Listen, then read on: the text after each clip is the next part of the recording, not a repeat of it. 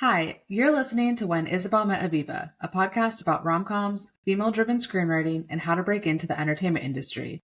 I'm Isabel. And I'm Aviva. And thanks for listening to our podcast. Welcome back, Isabel. We're recording now. Welcome back, Aviva. Yeah, how are you doing? It's up and down over here. I'm doing okay though. I'm excited to record our episode, and I feel like there's a lot to share. I made a whole list, but yeah, how are you? I'm good. Yeah, I am. I feel better actually. I feel like in the past week and a half, I've been really intentional about how I've been spending my time. And I can't remember if we talked about this in the last episode, but I was kind of mentioning how I've been I deal with a lot of stress that I feel like I put on myself for my own deadlines, that I'm like, I'm going to do this by this time. And then when I don't do that, I stress out and I'm just like, I'm the one creating the stress and the pressure, Isn't that crazy? That's like the human condition, but totally. Right, yeah. Just portraying ourselves. But I feel like in the last week and a half, I've been a lot better about that. And I really noticed the difference when you just are kinder to yourself and you don't, you allow yourself to, make mistakes or be behind. And I just keep reminding myself whenever I find myself, being unkind to myself or saying things like, why didn't you do this? You did do this deadline, or you need to make time for this. I'm just doing the best that I can, Yeah. and I have felt that I have felt less stress and I have felt more creative as a result of that. And I feel like I've gotten more, not necessarily writing work done, but some other projects that I felt more focused on. And I think just allowing myself to be okay with, I'm just going to focus on those things now. And then once I get those finished, then I can redirect my focus back to my writing. So I love that's that. my tip of the week. Yeah. And we've been, texting outside of the podcast about, I think this show, it's kind of still evolving and morphing, and it's, it's about screenwriting and the rom-com, but I think it's also about, working through limiting beliefs and more of a spiritual side to it as well. At least that's where I could kind of see it going. And we kind of talk about that because I feel like we're very aligned about manifestation. And also the past couple weeks, I've kind of been on a similar wavelength with really trying to not be mean to myself and work through limiting beliefs in particular that have been really holding me back. So yeah, I kind of relate to what you're saying for sure. If we're actually why would we want programming that is bullying ourselves internally, if we have these big dreams? It's so interesting how, and I think that is the big thing. Because I feel like we're the same. We both really believe in manifesting. We really just kind of I love talking about that kind of stuff. But I think I started to reframe and refocus on my manifesting again for my goals and just my life. And I keep thinking about that one of the biggest things with manifesting and to why I think it works. And I always think to Jim Carrey as a great example of it, because he's somebody who fully believes that he manifested his life through manifestation practices.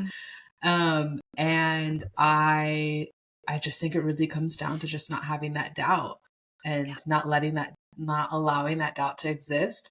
And I think often about how so much of doubt comes from other people, you telling your idea or something you want to do to somebody else because you're kind of wanting the validation in a way from them, right? But then they hesitate or they give you some kind of doubt or they try to level with you, right? On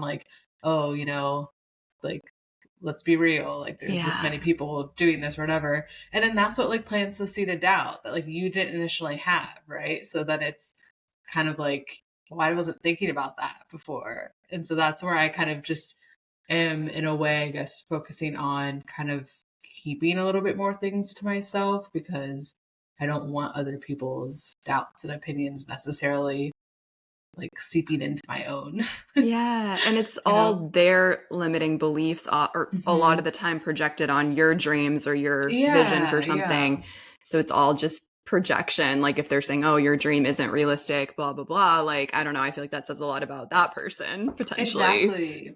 Yeah. Yeah, it's like I do believe in that where sometimes obviously like I like to talk to you and other like Hmm. screenwriter friends about stuff where I'm like I know these people are going to be supportive when I talk about these Yeah. ideas and that kind of stuff. But it is like when you start to branch out of that to your other friends or family who maybe aren't part of that world where like they sort of insert their limiting beliefs or their like perspective, right? And then that's what like kind of brings you down.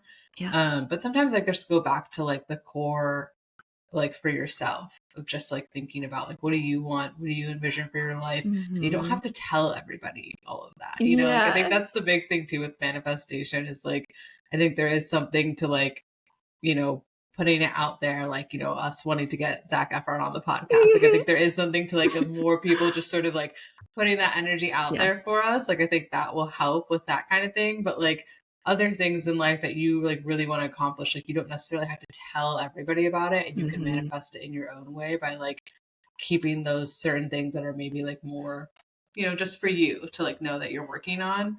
Yeah. Because then I think that's also too where you can be successful by like not really, I don't know, bringing too many people into those ideas for what you want for your life and future. I don't know Yeah. if I'm making sense, but Yeah. No, no, no. I understand. Yeah. Yeah. Yeah. So I've just been thinking a lot, yeah, about manifestation this week. And, you know, yeah, like, I'm still going through a post breakup situation. Mhm.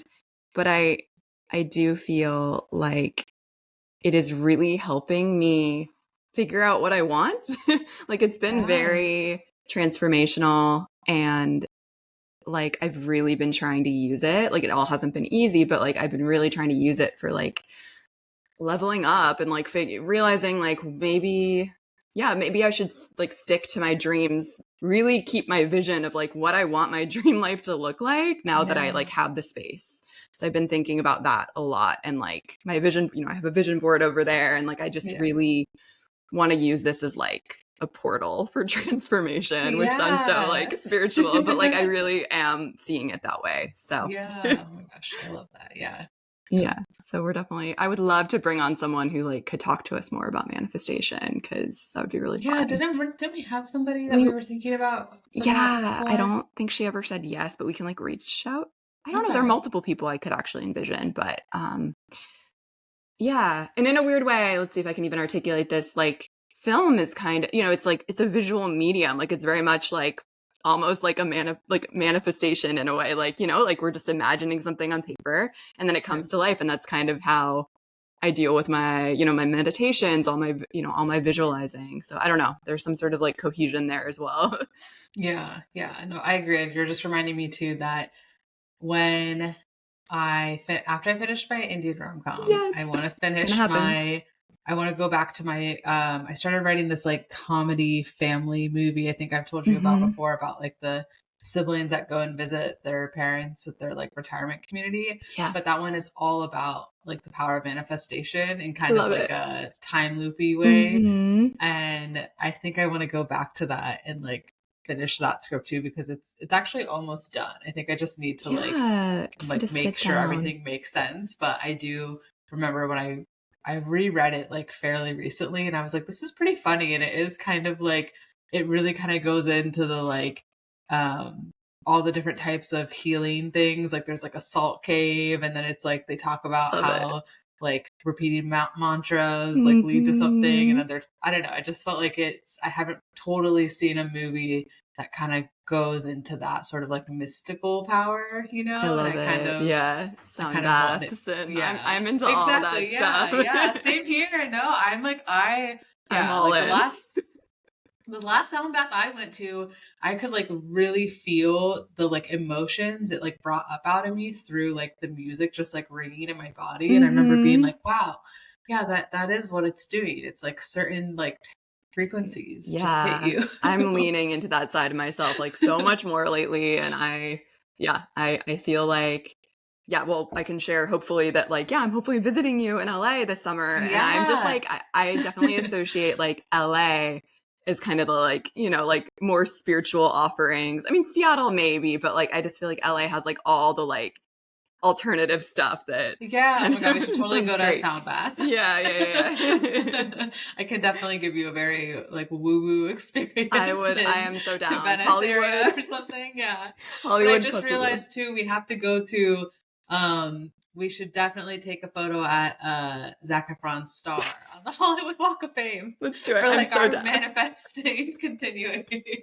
Yeah. And we'll just say it again, like, seriously, if anyone has a connection to Zac Efron, I won't even say we sound delusional anymore. Like, We're getting serious about it now. We're serious. This is what's happening. Even though we're laughing, like, I am serious. I believe that it can happen. So anyway, if anyone has any connections to Zac in our ideal manifestation world, we would interview him when I come to LA. Yeah, we want to motivate the men listening, because we know there are some males out there listening. And thank you for listening. Yeah, thank you for listening. We want Zac to be our first like male representation on the podcast. So if you want to be interviewed on our podcast, or you want like other men to be allowed to come onto the podcast, we first have to interview Zac. So that should be your motivation. Please do. I've had a few men asked to be on the podcast, and I'm honored, but we're really trying to, boost women in film. That's kind of the vision of this podcast, but we appreciate any male listener out there who supports us. Is there anything else we should say? I would love to just film maybe like a one-on-one episode with you soon, because I do feel like I have a whole list of things to talk about, and like rom-coms that are coming out this summer, and all sorts of things, and about where we're thinking of heading with our careers and everything. Maybe we should introduce our guest for today. Okay, so you found this guest on Twitter or Facebook? Twitter. I think Twitter. So her name is Kim Hornsby, and she is from the Seattle area originally. And we will ask her if she remembers how I crossed paths with her originally, but I do know she was very active on Screenwriting Twitter, which is like a through line of this whole podcast. Like Screenwriting Twitter, that's how Isabel and I met and all of that. So I either met her on Twitter, or she also might have had a rom-com virtual event during the pandemic through the Northwest Screenwriters Guild. That's possible, that I attended. Anyway, so she's really into rom-coms. She's taught like classes on rom-coms, and she's also a thriller writer and a novelist. So I'm excited to chat with her. I'm excited. She just produced and wrote a family drama called Braving Rapids, which is now available to watch. I'm about 75% of the way through. It has a really cute dog, so I recommend. And she has some other projects coming out, and she's like produced shorts and things like that, which I'm always interested in hearing about. So sounds like somebody who is very much just making it happen. Okay, let's welcome her into the chat.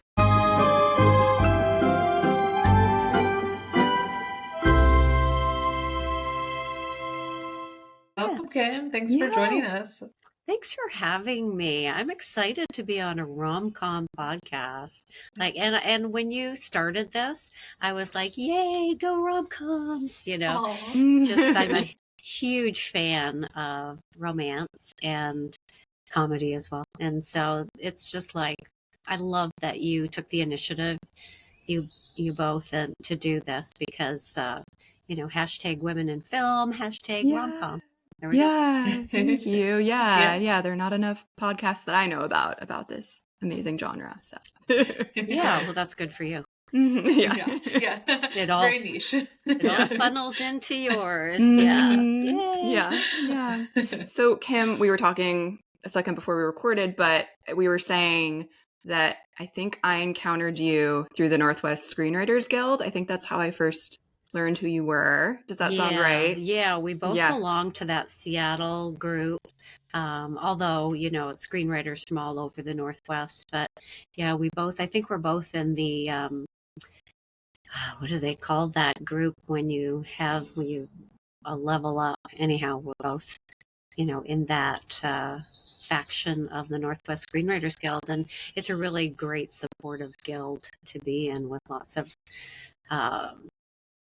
lots of workshops and support and classes. I think I kind of rediscovered you again on Twitter, because you were so active during the height of the pandemic of being on Twitter, screenwriting Twitter. That's where Isabel and I met. We talk about that all the time. Oh, So I think that's where I encountered you again. And I was like, wow, she's such a go-getter. Like, she's sharing about querying and all of that. So yeah, I just, I don't know. It's just part of my personality. If I learn something, I just want to tell everybody what I just learned. It's like, yeah. oh, I just figured out how to clean a zipper, or whatever. And I want everyone to know that. So yeah, that's a good energy. I love that. We need people like you. I know. And it's not like I consciously think, now, should I tell everyone this information or should I keep it to myself? It's, I just blah. And I love Twitter. I still call it Twitter. And I love that social media platform. It has gotten me work. It has made me so many friends. And during the pandemic, it was just a lifesaver. I just, so grateful to it. I, try to ignore who owns it.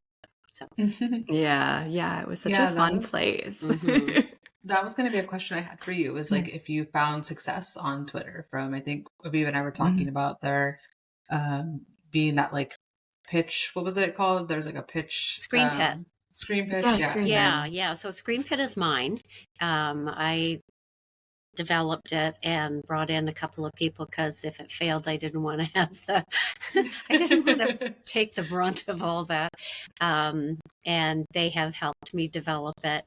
And, we haven't had as much success as we thought we would have, but we have had some success. And I guess you have to kind of count your wins, not your losses. For me personally, I attribute part of my success in procuring an agent to Screen Pit because he goes through Screen Pit, looks for projects. And that's how he found me. It was in the Christmas romance genre, which is what he was looking for. So yeah, Screen Pit has been really great, and not just to connect a few writers to producers or directors, but also to pull the community together again. I think that a lot of people find when they do Screen Pit, they find projects they want to read from their peers. And I love that about the event, that people will come back and say, well, I didn't get a direct message from Hollywood, but I did meet some really cool people. And I upped my game by getting my log line polished and getting my one page ready to go for this project. So that's beneficial in itself. Yeah. Can we take it back kind of to the beginning of your writing career? And I'm curious. No, let's not go back to the beginning. Be a baby writer. Yeah. But I'm curious, at least if was the pandemic kind of when you really started querying and trying to get your foot in the door, or did you have years before that? I had some success before that. So I was an author. I still am an author. I have 16. I don't know how many. I don't know how to count them now because some are novellas, but I have about 20 published novels and novellas. Wow. And that's so cool. Like more than half are romance because that's the genre that sells. I made a concerted effort at the beginning to try to learn how to write romance so that I could make some money from it. And so from that, I secured a manager who I thought I was querying a literary agent for my book series. And it turned out that she had just left books and was now going into screenwriting. And so she encouraged me to write a screenplay from one of my book series, the first book, and then found me a producer who optioned it. And it really looked like it was going to get made. And that was probably about 8 years ago. Then things fell out with the options, financing didn't come through, and it was dead in the water, as sometimes happens. And but from that, I started writing Christmas romances, and we mapped out a career path together so that I would start with like a TV movie and then work my way up to eventually getting the big movie from my book series made. And so I'm still actually 8 years later working on it. It looked like it was going to shoot this October in Mauritius, an island off Madagascar. And then financing again fell through because of tariffs and new laws, and a lot of financing is falling through a lot. Anyhow, so still trying to get the big movie made, but in the meantime, I've had a couple of TV movies made, and I love writing those things. They're fun. And, and then I got into, I'm just rambling, but then I got into producing. And so I have a bunch of projects that I didn't write. I don't direct and never hope to direct, but I like to organize and, help the director and the filmmaker get their movie made. So that's called producing. And so I have a couple of rom-com projects that I'm producing right now. And one I just signed on to yesterday, and it's shooting in Greece. Oh my gosh. Oh my gosh, Kim, that's so cool. In I was just in October. Greece, as you know. Were you? Yeah. Okay. Yeah. I'm doing a writer's retreat, mentoring at a writer's retreat in September with the good word writer's retreat. And I have room for 2 more people in my group. I would go back to Greece. Yeah. A Greek island in September, it sounds perfect. So after the retreat, the organizer of the retreat, who is a filmmaker, she's shooting her movie. And so I'm going to produce that. That's so good. And when I was in Greece, I was thinking it is such a rom-com country, like Greece, Italy, but there aren't enough rom-coms in Greece that I've seen. There are a few that I've seen, but yeah. Yeah. I think this one, working title is Marry Me in Greece. And I saw pictures, excuse me, of the villa where we're shooting yesterday. And I just went, oh my gosh. Okay, I'll pay you to work that there. Is a dream. That is a dream. I said to her, I don't need a bedroom. I'll sleep in the lounger by that pool. That looks comfortable enough. So I know, that's so cool. Yeah.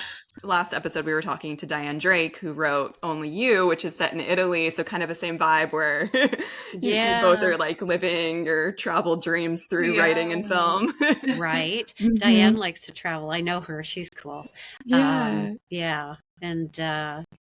it's fun. And, I got word this week from a producer who works with a company that feeds movies directly into Hallmark. And she said what they're looking for right now, this is not the season to sell Christmas right now, but they're looking for destination romances. So our favorite. There you go. Yeah. That's amazing. And then just before we signed on to this podcast, I got an email from my agent saying he was sending the waiver to send in 3 of my rom-coms to Hallmark, and one of them is a destination romance. So that's amazing. That's so cannot exciting. crack that Hallmark market to save my life. It's tough out there. Yeah, but it's tough. Someday. Yeah, maybe this will be the one. Yeah. I had a Christmas romance film in April, and it was written specifically for the BET network, and very, very cute story about a purse designer and like a real faux pas at a Christmas party, and then he turns up to be her IT specialist during a data breach in her huge mega company. Anyhow, it filmed in April, and I got to see the director's cut, which was really lovely of the producer to even include me, because usually when you sell something, you're out. You don't even know that it's airing. No, there's that spider on my hand. I think it went, dropped to the floor. And it looked really cute. That's so special. Yeah, to darling. See your work in front of you like that. That would be amazing to hear it come to life. That's the dream. It is the first time you have actors speak your words, like at a table read or something. Maybe you've experienced that, or a short film or a feature film, anything. To see actors say your words out loud with their take on it, it's incredible. It's like a surreal experience as a writer, I think. Mm-hmm. Yeah. Yeah, that's definitely like top experience I feel like I want to have in life someday. Yeah, manifesting. Yeah. You will. It's and they're going to change the lines. They're going to add a little bit. The line might have read, "Oh, really? You don't think mom should date?" And they might say, "Come on, man. You don't think mom should date? That's gross." Or, they're going to add their little flair to it. And you have to get ready for that everything's going to be changed a little bit too. But Yeah. I have a movie coming out tomorrow, as a matter of fact, on the Lifetime Network, a thriller. Yeah. This is good timing then, because we'll release this soon. Yeah. It's called Secret Life of My Other Wife. And Ooh. that was not my Love that title, I want to say. It's a cute title. My title was something else. It was a working title, and I sold it. After 3 drafts, I sold it.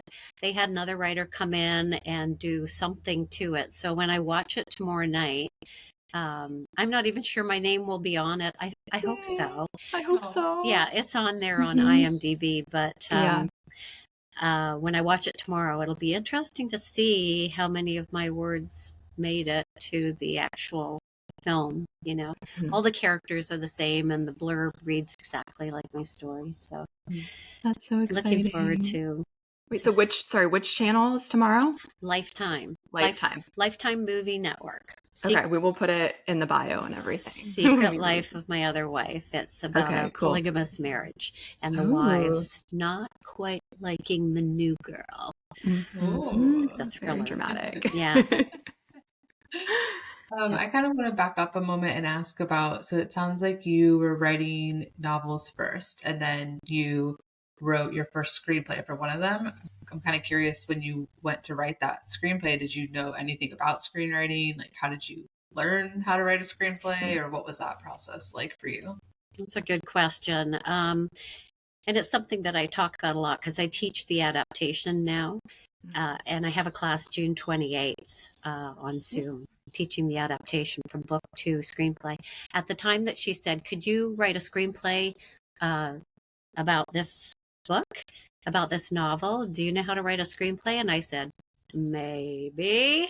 And then I went home from that meeting and just Googled how to write a screenplay and just started. And like 2 months later, I had the first draft.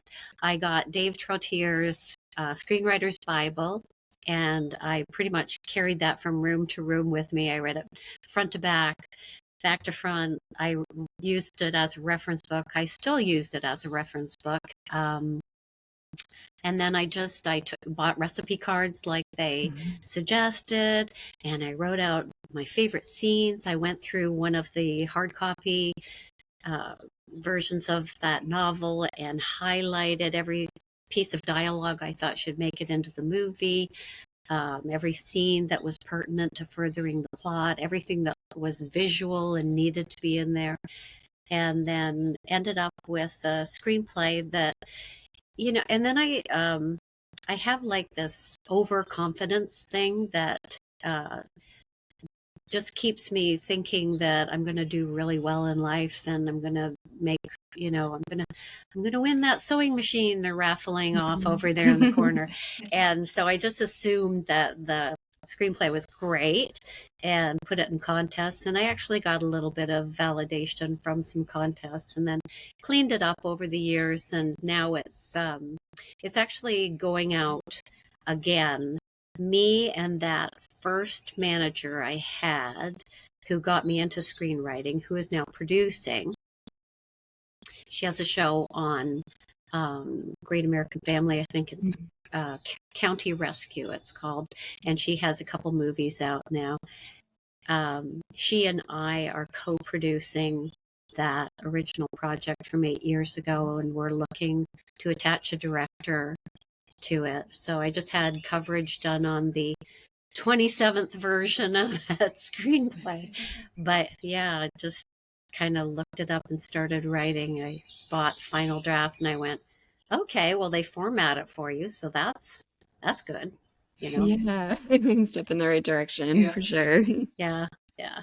I think we all kind of need a little bit of like I don't even know if the right word is delusion, like when we're first breaking into screenwriting, we're like, this is amazing. Like, of course this, and then it hits later maybe that you have to revise a bunch. But I think it's good that you had that level of confidence, Yeah, absolutely. Same with novel writing. The first time I got ready to write a novel, I was reading someone's novel. I went, this looks really easy. I could write one of these easy. And then I tried to write one. It was a romance. And I tried to write a romance and it was hard. Like it is, if it looks easy, that's because the writer's doing their job well. Yeah. It's not easy. Yeah. Yeah. It's like everybody thinks they can write the Christmas romance now. Mm-hmm. And it's like, oh yeah, I'm going to write 11 Christmas romances next year, and hopefully sell a couple. I mean, it's a really tough business to sell a Christmas romance. I've sold 2, had 1 made, and have a couple in production, but it is a grind, and you just never know what they're looking for. And they're hard to write because, it's a lot tougher to write a romance. You ladies probably know than it looks. It's like, yeah, definitely. And there's a certain formula, but it kind of feels like, it's kind of hard as someone who's also trying to kind of break into the Hallmark space too. It seems like their mandates are changing and it's just hard to know what they want. It just depends which way the wind's blowing that hour, what they want. I'd be curious about your thoughts on breaking in as a rom-com writer right now. And like, would your advice be still to query and try to get in with these networks somehow? Or do you think we've talked to a lot of people lately who have just said, start making your own stuff? That's really kind of the only way right now. I'd be curious your thoughts around that. Well, there's lots of different ways, as you both know. I think, like everyone says, make sure your script is really good. It's tight, it's got a hook, great characters. If you're trying to get into a network like Hallmark, Lifetime, or even a streamer like Tubi, Roku, Hulu, you need to appeal to the producer that's going to look at it with producer eyes, which means don't add in a bunch of kids under the age of 10. No dog unless the dog is, the main character, like in my Braving Rapids movie. Don't have tons of locations. Don't make it like a James Bond shoot where you're going all over the world with speeding cars and that type of thing. Look at it from a producer's standpoint. Can I make this movie practically in 12 days with very few locations? With a skeleton crew and small contained cast. If you're going for that market, then it's best to look at it in terms of money, because producers are more likely to read your work or look at your project, if it can be made for less money. And most writers don't know what a film costs to make. You can make a film for $200,000. But you can't have CGI and kids and dogs and expensive cast members and, a location shoot. Everybody has to be going home at night to their own bed. And, but most films that you see on network TV are about between 200 and 700,000. And a lot of that depends on location and talent.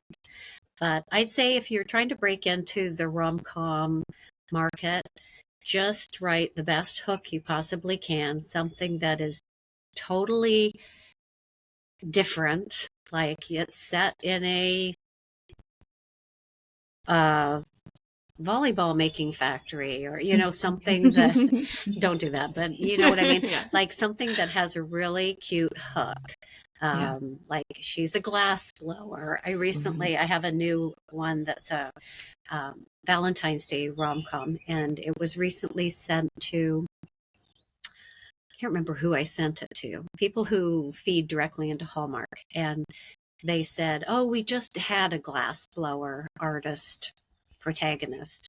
Okay. Oh my gosh. I mean, it's hard to, they see so much stuff Yeah. now, but just try and figure out something unique, a unique twist, and then write the same old, template with fun, twisty conflict and the resolution at the end. And, and then just put it out there. Like I have stuff listed on Inktip, which is a pay to play um, site where you can list log lines and producers drop in and look at log lines. I have my stuff on ISA, pay for that $100 a year membership. I've got all my projects listed up there. I do Screen Pit. I did Coverfly. I have Script Revolution. I have my stuff everywhere. And as well as that, I also just now have an agent that takes it directly to the networks. Mm-hmm. But for years, I was just, querying and sending stuff out. Then you meet a producer reads you, and then you just make a list. Like, oh, that person already read me. They like my writing. That just wasn't what they were looking for at this time. So next one I write, I'm going to send to that producer. And you're building like a team, people who might be able to help you in the future. Mm-hmm. Yeah. Yeah. It's shocking. Side note that Coverfly is shutting down. I don't think we've even talked about that here. Yeah. And well, it was bought by the big conglomerate, right? 2 years ago. And not sure the reason for shutting down. I didn't use them very much, but I did have a couple of scripts that I entered contests through them, and you'd get that red list ranking, which could look good. Like I'm in the top 1% of family drama, But yeah, I'm not sure what happened there, but I think some of their staff has gone over to Stage 32, which is good for them. Another one. Yeah. Yeah. There's so many different platforms that I think we all kind of discovered over the pandemic. At least, I did. Yeah. And another thing, in terms of how to get your script out there is I used to pitch like every other weekend with Stage 32. I'd sign up for a pitch, somebody who I thought might be looking for something that I had, and Stage 32 and Roadmap Writers. And I would pitch, $35 a pitch. I'd do a pitch every other weekend. It helped me hone my pitching and helped me, maybe make a friend in the business. And even if they said, yeah, send it to me, and then later said, I really liked it, I just have no place I can send this to. And then, of course, you thank them. Would it be okay if I sent you something else when it's ready? Just keep building your network in the business very respectfully and politely. Yeah. Yeah. Good advice. Yeah. I'm also kind of wondering if there's like anything that's different, I guess, that you've learned with screenwriting versus novel writing, or like, are there different approaches you take to like outlining or anything like that, or any advice I think you might have for our audience who want to do both, or kind of wondering if anything from novel writing translates well for screenwriting. Yeah, well, I always tell my students who are going from novel writing to screenwriting, you're halfway there, especially if you've written a book. You've already plotted out everything. You know your characters well enough to invite them for dinner. You are way ahead of the game than somebody who's just starting screenwriting. The first thing that you need to know is everything you're going to write on the page, we have to be able to see. You can't say she thinks or she thought. She goes to the window and thinks about the time her mother made her stay home from school. You can't put that in a screenplay. So you're only writing what the audience can see on the screen. Yeah. So you can't, in novel writing, it's past tense. Screenwriting, it's present tense. So that is sometimes when I go between writing a novel one day and then over to a script the next day, I find myself writing in the wrong tense, and I have to go back and go, shoot, that I have to correct all that. And then it takes forever to write a novel, and then even more forever to write a novel well. So my process if I'm just writing like a fun little Christmas novella, I can write one of those in 2 months. If I'm writing an intricate mystery and it's a full novel, that's going to take me at least a year. And I like to leave it for a couple months and then come back to it. So those things have taken me, sometimes up to 2 years to write a full novel that's well written. A fun little romance Christmas novella. I put one or two of those out every Christmas because that's where I make most of my author money is Christmas novellas. And those things I can write fairly quickly. So, there are some differences, but it's very sparse writing. You get to just kind of verbally vomit onto the page with a book, and talk about what this character thinks and how they feel and what they're looking at and, how it smells and it reminds you of this and that. And with screenwriting, it's very sparse. And I tell students, imagine that you're paying $10 a word and then really go back over your script. Do I need that word? Do I have to say she ran very fast, or could I just say she raced? Imagine that you're paying for every word. Make it very succinct, lots of white space. It just teaches you to be a reduction writer when you're screenwriting.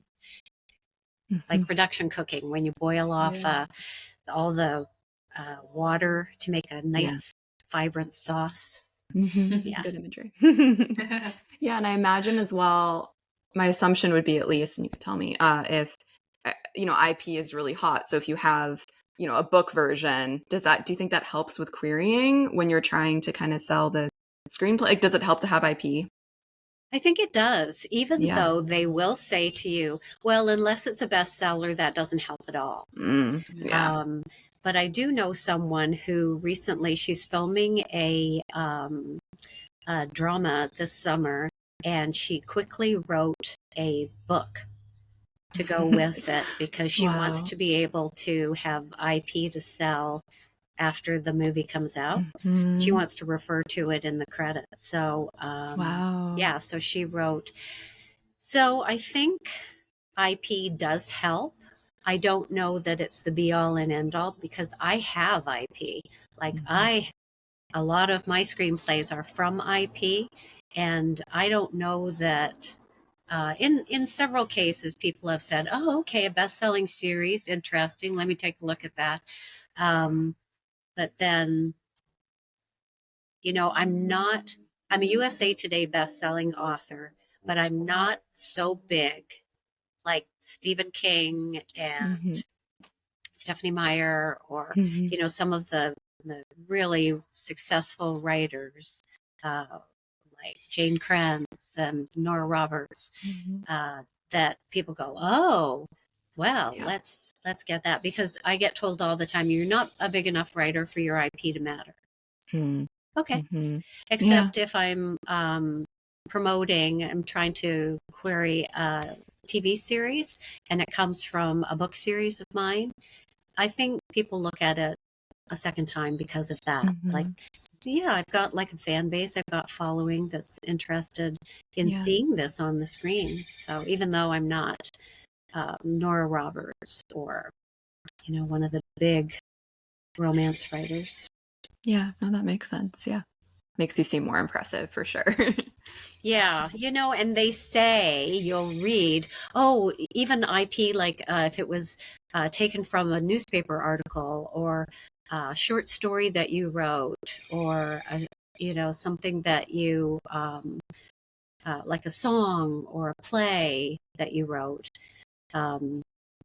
they sound like they're all in for IP. But then when you have IP, it's like, you're not that big.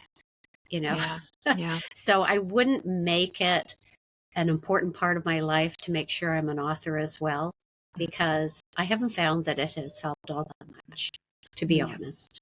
But do you ever have ideas where, like, when you're thinking about it or when you start writing it, you view it more as a book or as a movie? Like, I would imagine with a book, you might want where you like really want to go into the world, and like build it out a lot more versus a movie. because I started writing novels first, and they take so long. And I loved that process. And I made a little bit of money from it. And I still make a little bit of money from the romance novels. But I've made more money with screenwriting. So I've kind of dropped my novel writing like a hot potato. It's like, yeah, I think I'll go where the money is. And I've had more success, commercial success. So I will look at, sometimes I'll write a script and think, oh, I'd love to get deeper with this character and write a whole novel. And then, that takes so much time. It's such a commitment. No, I think I'll just write another thriller. Or Yeah, yeah, that makes sense. I'm curious also about producing, because Isabel and I have talked a lot about that and perhaps transitioning to that at one point. yeah. At some point. So how did you personally learn about producing, and do you have any recommendations for listeners about how to get into that? I do. So years ago, I used to write and act in murder mysteries that played during convention entertainment. And so I produced those as well. I cast them, and we put them on for convention groups, milling about the crowds and having an interactive murder mystery with a convention. So that was my first taste of producing. And then it looked like the first time around, when I first adapted the book to the screenplay and had it optioned, part of my contract was to be a producer. And they were willing to let me be executive producer, which is kind of an honorary title. It means you either gave money to the production or you brought talent into the production. You benefited in some way, but you're not really hands-on working producer on the production. So a lot of authors are executive producer, which makes them look like they're, bigger than a producer, but it means they're not really doing any of the work. So I got the executive producer role, and every time that project has been optioned, and it just fell out of its fourth option, I've asked to be producer on it. And last time I got producer status, I was going to go to set and work through the whole thing. And I got to be that. They let me be producer because it's a step up from executive producer. Because when I got this indie filmmaker, Eric Cannon, interested in my family movie, Braving Rapids, I said I would like to produce. And he said, would you like to come to set and actually produce?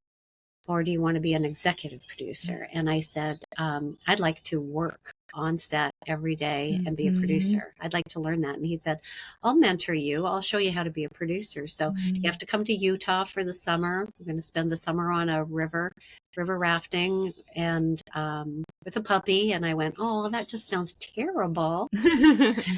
And so I went and, I did all the schlepping. I did all the toting and fetching and was liaison with all the government agencies to be able to film on the river and in the parks. And I babysat the puppy in the trailer when it wasn't one of her scenes, so just did producer stuff. I went for lunch, like Easy Cater didn't deliver out to the river. So I'd go into Provo and get the food, and, I would go buy a prop or whatever. So the way to get to be a producer is to volunteer as a PA, production assistant. And you usually don't get any money, but you get the experience and you work your way up to producer eventually. With producer, you usually have to bring something to the table, whether it is experience as a producer. You're going to work like a crazy chipmunk on crack for the production. You have equipment, you have the trailer, something, bring something to the production and you want to be a producer. Or you have connections in the industry, you have an in with distribution or financing, something like that. But being a PA is a really good first way to get an IMDb credit and then work your way up to producer. I am now, having been on set and going to set in Greece in September. I am working towards only being on set if I am absolutely needed to work on set. It's kind of like in the series, the Studio with Seth Rogen, and he's the head of the studio and he goes to set and he's so in the way. As a writer, you're kind of in the way. When you go to set, you have to kind of, you can stand over there, just don't talk and, don't clear your throat when we say action.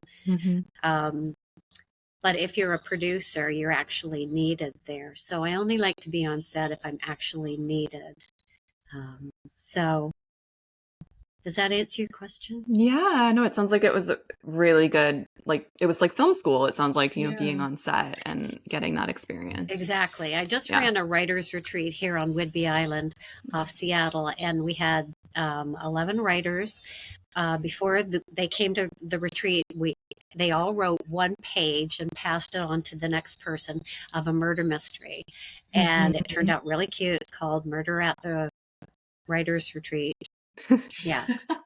Murder at the Writer's Retreat. That's good. Yeah. And, you start out with a dead body by the pond and then you work your way backwards. Police comes in.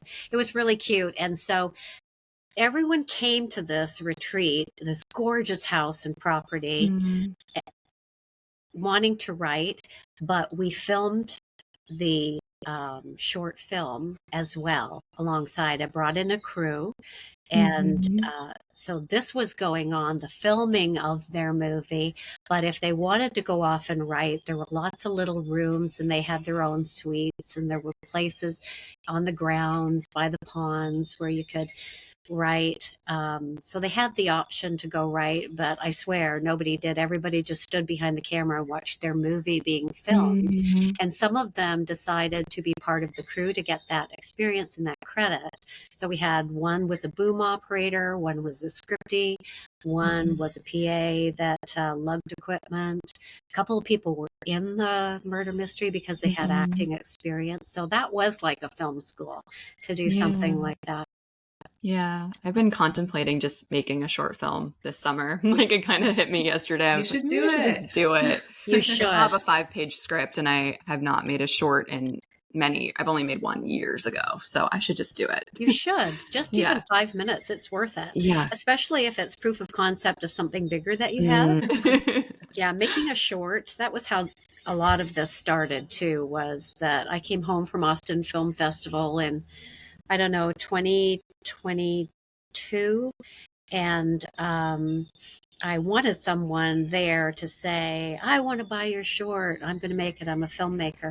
Yeah. But nobody did. And that's not how it works anyhow. And I came home and someone else wanted to make it. And I said, okay, you can have it. Let's co-produce. And so we both made this 15-minute film. And that was one of the beginnings to being a producer. Yeah, that's amazing. Do you still work on shorts or are you trying to just transition to features mostly? Not working on shorts. I only worked on the murder mystery one for everybody else. Yeah. I did executive produce that because I put it all together. And, it was during the retreat that I hosted. Yeah. So I still have kind of final word on that one. But at this point, I don't really need to make a short, and that's not where my interest lies. I'm not a filmmaker. I'm a writer and a producer. So, I've moved on to just making features, just producing features and looking for financing and looking for distribution, that type of thing. So follow-up question about proof of concept. So is that always your recommendation? Because like the script, for example, I was thinking of making is not actually related to a feature, but I have thought about, trying to write a short for something else I've written. So Yeah, yeah, I what do you think think about that? it would be a recommendation. I mean, just go and make anything, anything. But Yeah. if you're really planning this out strategically, you want to have an easier leap to the next level, right? So Yeah. if you make this short and it's cute and people like it, but then you say, so I want to make a feature, but Mm-hmm. no, this isn't based on that feature. This has nothing to do with that feature. It it doesn't feed into your next plan as Mm-hmm. well as if it's a proof of concept short. Um, I just think take one scene from whatever your Mm-hmm. movie is that you want to make, your feature, Yeah. and make that scene and then be able to promote it like, well, actually, I have a whole feature built Yeah. around these two characters. And then you're actually working for that project. That short Mm-hmm. film is out there promoting the project. And, if people say, well, I like the log line of this script you're trying to sell me. What promotional materials do you have? Well, I have a one pager, I have a pitch deck, I have a short film, 5 minutes. Yeah. No, that makes Ta-da! sense. Mm-hmm. It would make more sense to make it feed into a feature film. Mm-hmm. Yeah. Mine didn't, but I learned that if it did, Yeah. that would Yeah. have been a good thing. It's all educational for sure, no matter what. Yeah, we talked about this murder at the writers retreat. It's a comedy, and it was so fun to make. We talked about, if we were just shooting a feature, we'd have a whole scene where this person does that, or this person, um, is discovered doing this. We had, as we went along, the director, Deb Prawley, and we were just laughing our heads off about, wouldn't it be fun to make a feature because then we could do this. And Yeah. yeah, so you never know, that might be in the future to make a comedy, a feature. Mm-hmm. But Yeah, cool. Yeah, there's a lot of crossover. Deborah Prawley was on our podcast as well, talking about her. that's right. Yeah, talking about her pilot in Italy, and now you're doing something in Greece. So all very Yeah, aligned. I love her pilot. She and Heather Pilder Olson is Mhm. so funny, so cute. Yeah. It's really good. Yeah. Yeah. Actually, I saw them yesterday at there was a Bainbridge filmmakers meetup. So small world. Oh yeah. Yeah, I sent them on to my agent. I said, hey, if you ever hear of somebody who wants to buy a TV series, Yeah. you should take a look at this. And he loved it. So you never know. Yeah, it was great. Yeah, I loved that too. Yeah. Is there anything else you want to talk about or that you want us to ask you before we move on to the rapid fire questions? I guess I just would like to promote my movie that's out now, Braving Rapids, Yeah. which is a family movie written a couple of years ago, dug it out from under the bed when somebody says if you got a family movie, and they liked it, they wanted changes, they got it greenlit, the distributor was ready for it, and we made it. It all happened really super fast, very super low budget indie movie. So, you don't want to judge it too harshly because it's not Disney, but it is so cute. It turned It's out really cute. really great, and the actors were really good. The location on the Provo River, the little dog that plays the wolf, the little puppy is so cute. And Agreed. yeah, it's a good family movie, ends happily for everyone, including the puppy. Good. I like to tell parents that because they ask me that ahead of time. Like, I don't want to show this to my daughter or son because they're very sensitive. Yeah. No, happy ending. And it's doing really well on Tubi, Roku. It drops on YouTube tomorrow too. Oh, that's amazing. Yeah, so it's distributed all over the place. It's in Europe. You can even, I'm in it. I have 2 lines. You I can even, saw, yeah, you can even hear me if you want to listen to it in Spanish or Portuguese. You can That's hit that button, and awesome. I So speak cool. beautiful Spanish. Yeah, so Braving Rapids, very excited about that, Tubi. And then tomorrow, Secret Life of My Other Wife drops on Lifetime. So, wow, an exciting June for you. That's great. Seriously. well, nothing happened last year, and then everything dropped within Yeah, I love 4 that. weeks. Okay, well, we will put it all, in the show notes, so everyone should watch it. I have about 20 minutes left, but I've seen most of it, and it's really cute, and the dog is adorable. And it's a beautiful setting. It kind of has all the elements you said not to like write in a but it does it really well, like in a low budget, because it has location, it has like action, a dog, and children. So I know. What was Eric Cannon thinking when he decided to do this? He's a filmmaker that really takes risks. He just wanted to. He loved the story, and he just everybody loved the story so much they just said, "Yeah, we'll work with a puppy. We'll get kids on whitewater river rafts. We'll get the insurance." And it was just. And we filmed during a heat wave in Provo. Oh my gosh. During the writer's strike. It was, but it was a lovely set, and it turned out really cute. I'm very proud of this movie. That's so exciting. Yeah. I hope it goes viral on YouTube. Ladies and gentlemen, we are now preparing for rapid fire questions. First question is, what is your favorite rom-com and why? Oh, I have so many that I love, but Something's Gotta Give with Diane Keaton and Keanu Reeves and Jack Nicholson is probably my all-time favorite. And not just because I love the middle-aged woman story, of which I am one, because I loved it when I was younger too. But also, I love her house so much, and location is so important to me when I'm watching a feel-good movie. I want to live in that house. I want to wear Diane Keaton's clothes. I want to, and she's a writer. And there's just so much to unpack there that is good. Keanu Reeves, I mean, who doesn't love him? Yeah. Jack Nicholson, he's at his peak performance. Her scene where she's naked is just like hilariously funny. And I think Amanda Peet, is that who was in it too? Like just everybody. It was just like mwah, beautiful rom-com. Funny. Nancy Meyers, right? Yeah. That's such a good one. Yeah. Okay, what is your favorite rom-com trope to write? Oh, trope. All right. So I don't know if this is a trope, but like a woman who feels that she's not ready for love, and then it just shows up.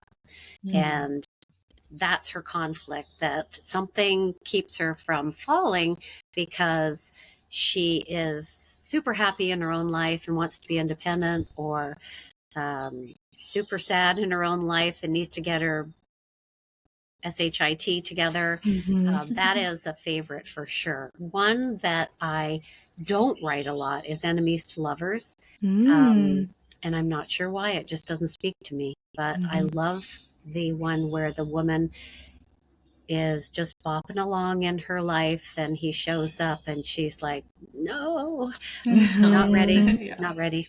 That's good. Yeah. In my own life, I'm trying to do that. I'm single and I'm a widow. And, it's been 3 years and I'm like, okay, if somebody drove down the driveway right now and he looked like, Jeff Bridges or Hugh Jackman. Yeah. I saw some themes from the, I know your story vaguely. In Braving Rapids, I saw that it's personal, right? So yeah, they asked me to make her a widow, and there was a dad in the original script, and I went, oh, okay, well, I know how to write a widow, so did that, and then the kids all got their own kind of grief story too. So. Yeah, I'm glad you could, use your experiences. Do you have a favorite rom-com outfit in a film that you've seen? Like that somebody wears? Yeah, in a film? like a specific, specific outfit you remember in a rom-com. Eurovision Song Contest, I love that movie. And they wear some incredible costumes in there when she's in the Eurovision contest at the end, she's wearing a beautiful gown. But now that I'm saying that, I'm thinking of Will Ferrell, and there's a music video of one of his songs, and he's in like Norseman, a horned hat, and and it's just so funny. Very silly. So that's probably a favorite rom-com outfit. Nice. Yeah. What's your favorite rom-com outfit? Like, what would you? Isabel, do you have an answer? I always think of, I mean, honestly, anything that is in When Harry Met Sally, just like the whole like vibe of that movie. Yeah. But I always think of Legally Blonde. I feel like that's always my kind of like go-to is like her outfit when she goes to Harvard. She's like all dressed up. So epic. Yes. I mean, it would be fun to be the costume director for something so like that, right? Yeah, I think my favorite, I have so many. I mean, the How to Lose a Guy in 10 Days, yellow dress is epic. Oh, yeah. And then also Drew Barrymore's beautiful like ball gown in Ever After, which is not really more of a romance, but is when she has the wings. Do you guys know what I'm talking about? It's so beautiful. Yeah. It's on the poster, I think. So pretty. Yeah. Or maybe you texted me the other day, but I do feel like my like character that I always want to be in dress like is Kat Stratford from 10 Things I Hate About You. So I feel like that kind of like rebel girl, like 90s, outfit. 90s like grunge look. Like that's so beautiful. That's my vibe. I think it's probably the easy way to go is to go with a beautiful dress like Pretty Woman, her off the shoulder dress where he's putting the jewelry on her. So then I pick the Will Ferrell. I love it. That's the first time we've gotten that answer. It's great. I like the specifics. Yeah. Okay, so is there a favorite line or moment from a rom-com? Oh, this is a tough one. This isn't a rom-com, but I say this all the time. I think I even said it to you yesterday, Aviva. You had me at hello. Or yes. Yeah, like that is just, I just got chills just thinking of that in Jerry Maguire. It's just such a beautiful romantic moment. So I probably have to go with that. But, if I really thought about it, I'm pretty sure there's something, and it's not a comedy, but Wuthering Heights, probably some really good romantic moments in there too. And then there's some really good lines in The Fall Guy. I love that movie. I haven't seen it yet. Oh my gosh, you have such a treat. I haven't seen The Fall Guy, You have such a treat waiting for you. It's known as like action movie because it's about stuntmen, but really it's a rom-com. Emily Blunt and Ryan Gosling. It is a rom-com to its core, set amongst action. So they have some really great lines in there.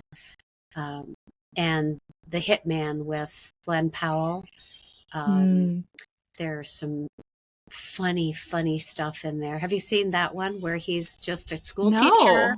He's a school teacher and he just helps, his side hustle is to help the police do surveillance on by him pretending he's a hitman.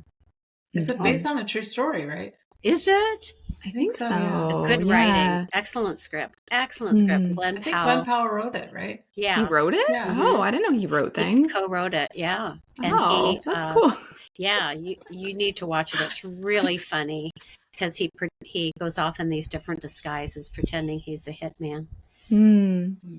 This kind of leads to the next question, but are there any rom-coms that you'd recommend for us to watch? You just kind of listed two, but those ones. Also, a favorite of mine is Always Be My Maybe, with Ali Wong and Randall Park. Just hits all the buttons for me. It's just like chef's kiss of rom-com. So super cute and such lots of laughs without getting too raunchy like Ali Wong can get. It's just fun and funny, and I love location. Location is very important to me, so I love that one. And I love the older ones too, like As Good as It Gets, Something's Gotta Give, the ones that were in that era of When Harry Met Sally. Yeah. Those the are best era. Yeah, those are all so super cute. Mm-hmm. Yeah. Okay, so if money didn't matter, is there a movie of yours that you would want to make, or an idea that you have that you would just, if you had a magic wand, you could do anything? So the one that I've been trying to make for 8 years, that would be If Money Didn't Matter, because it has a budget, a top sheet budget done by the line producer that's in our pitch deck, and it's at $4 million. Could probably be shot for less, but it's set on a tropical island in the scuba diving industry, so there's lots of underwater shots and some CGI and stuff, and it's a supernatural thriller. So I'd need $4 million for that. But if I had to choose a second one, I would choose my rom-com, Hurricane Season, and it's about a kind of a disgraced magazine journalist, like, who works for a publication like Rolling Stone, and he's at risk of losing his job if he doesn't come up with a really good interview. He hasn't written anything since Miley Cyrus gave him pink eye, and he's just kind of got PTSD from pink eye. He's a germaphobe, and he has to go to this tropical island to interview pop music's it girl, Kashmir. And he gets to the island only to find out it's all boarded up for hurricane season. Nobody is on the island except Kashmir and her drunk next door neighbors, a tipsy British couple. And the hurricane is coming and there's no more ferries off the island. And so he's holed up with this drunk couple and this pop music star. And it's super cute. And I would make that one because It sounds I like fun. it. Yeah, forced proximity, it sounds like. They're all stuck they're together, fun. which I love. Yes. And, and I don't do like enemies to lovers. They start out really liking each other, and then she finds out he's a journalist and he's there to interview her, and then she hates him. But then the hurricane comes and she won't let him come in. But he's out there hanging on to a pole and,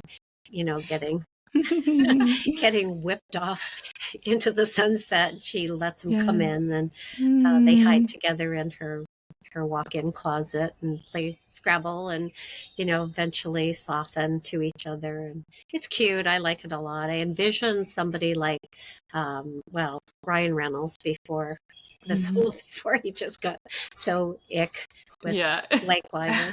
A young Ryan Reynolds or a young Seth Rogen, and somebody like a young Pink or Halsey playing the lead.